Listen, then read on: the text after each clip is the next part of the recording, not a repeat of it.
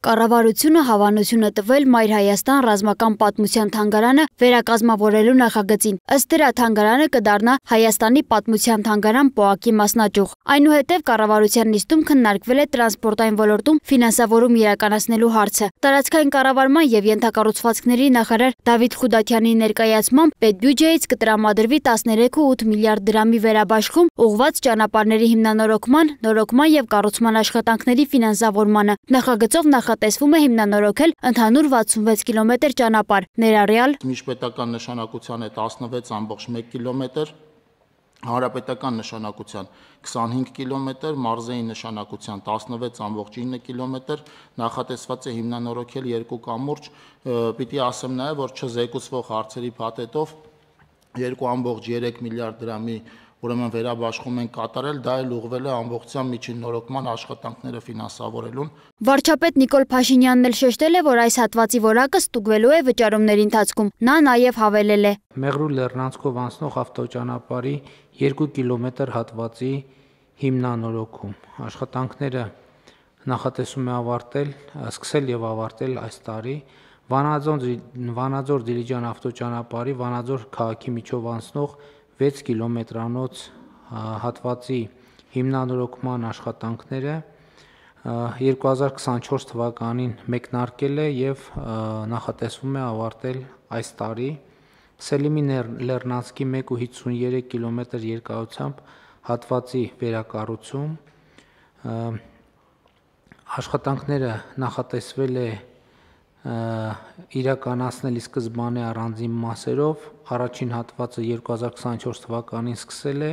եւ ամբողջական նախագիծ այս տարի կավարտվի։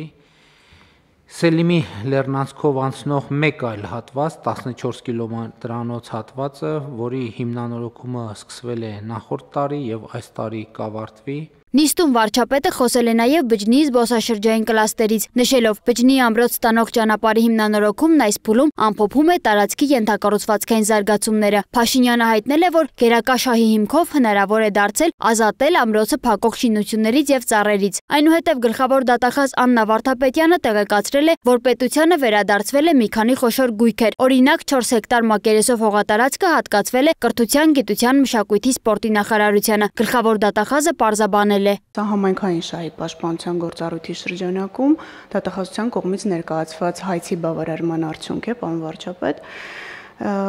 Նախկին ղեկավարը Օրգով համայնքի 2005 թվականի ապրիլի 25-ի աճուրդով 4 հեկտար մակերեսով հողամասն օտարել էր իր որդուն,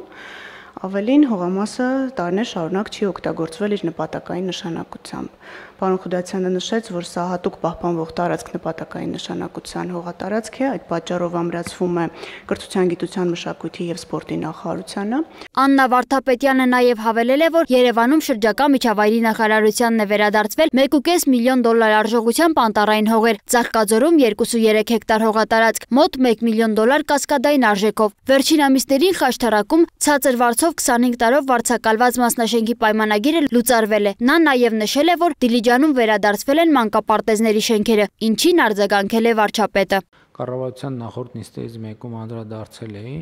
եւ ընդ որում անդրադառնալիս ես այսպիսի մի ձևակերպում էի արել, որ նախկին մի պաշտոնյայի ընտանիքի հետ է կապված այդ մանկապարտեզի հարցը եւ պատմությունը, մտածելով կառավարության նիստա հիմա ինչ կարիք կա կոնկրետ ասել։ Եվ հետո այդ կառավարության նիստից դուրս եմ գալիս, չգիտեմ, այդ ընթացքում դրանից ինչքան առաջ, ինչքան հետո տեսնեմ այդ նախկին պաշտոնյան թուրու թվանքը առած ընկելա ինչ որ գրառումներ անում, սրա հետ կապված չէ։ Ոչ չի ասելու մանկապարտեզները ձեռից առան, եւ այդ պաշտոնյան նախկին արտաքին գործերի նախարար Վարդան Օսկանյանն է, որի կնոջն է, կնոջ հետ կապված էր այս պատմությունը։ Եվ ասենք զարմանում ես այդ մարդկանց ինչ կապ ունի, մի հատ մեկը կարա բացատրի Վարդան Օսկանյանը եւ իր կինը ինչ կապ ունեն, որ Դիլիջանում պետքա մանկապարտեզ վերցրած լինեն։ Շարունակելու ենք այդ բոլոր թալանվածները հատիկ վերադարձնել։ Ուրիշ տարբերակ չկա, չեմ փախնի։ Ոնց որ ասել են ոչ մի ձուկ եւ ոչ մի մուկ չի պլստալու, արդեն չեմ պլստում։ Փաշինյանը նշել է, որ նախկին պաշտոնյան դեպքից հետո սոցիալական ցանցում իրեն քննադատել է, փորձելով թաքցնել իրական պատճառը։ Վարչապետը նաև ընդգծել է, որ նախկին իշխանությունները չեն փորձում արդարանալ, այլ ուղղակի փորձում են ներկայացնել, թե ներկաները իրենց նման են։ Օրինակ մենք չենք արձանագրել պաշտոնապես, որ Ռոբերտ Քոչարյանը կաշառակեր է։ Եվ դա արձանագրված է դատարանի որոշմամբ։ Որովհետև մարդը գնացել է իր դեմ կաշառքի գործը, ասել է վաղեմության ժամկետ կիրառեք։ Դա տեղի է ունենում այն ժամանակ, երբ որ ինքը խոստովանում է, որ ինքը կաշառակեր է։ Կառավարությունը հաստատել է նաև թմրամիջոցների եւ հոգեմետ նյութերի ապօրինի շրջանառության դեմ պայքարի ռազմավարությունը եւ 2025-2027 թվականների գործողությունների ծրագիրը։ Ներքին գործերի նախարար Արփինե Սարգսյանի խոսքով փաստաթուղթը հիմնված է հանրային առողջության եւ անվտանգության համատեղ մոտեցման վրա։ 2023 թվականին ունեցել ենք 5070 դեպքի արձանագրում։ Բայց այս տարվա կտրվածքով արդեն երբ որ 2023-ը վերլուծել ենք, մենք նկատել ենք, որ կարիք կա նաև փոխելու մեր քաղաքականությունը եւ ավելի շատ շեշտը դնելու ներմուծման շղթայի վրա եւ նաև արտադրության շղթայի վրա, որպիսի հետագայում մանր չափի արդեն թմրամիջոցների ապօրինի շրջանառության դեպքերն ավելի նվազ լինեն եւ ունեցել ենք կոնկրետ արձանագրում արդեն վիճակագրական առումով եւ 2024 թվականին արդեն արձանագրել ենք 3639 դեպք, որը բնականաբար նվազում է իրենից ենթադրում։ Ռազմավարությունը ներառում է 13 ուղղություն, շեշտը դնելով կրթության, առողջապահության, կանխարգելման եւ սոցիալական վերաինտեգրման վրա։ Սոնա Գիշյան, Free News, Ազատ լուրեր։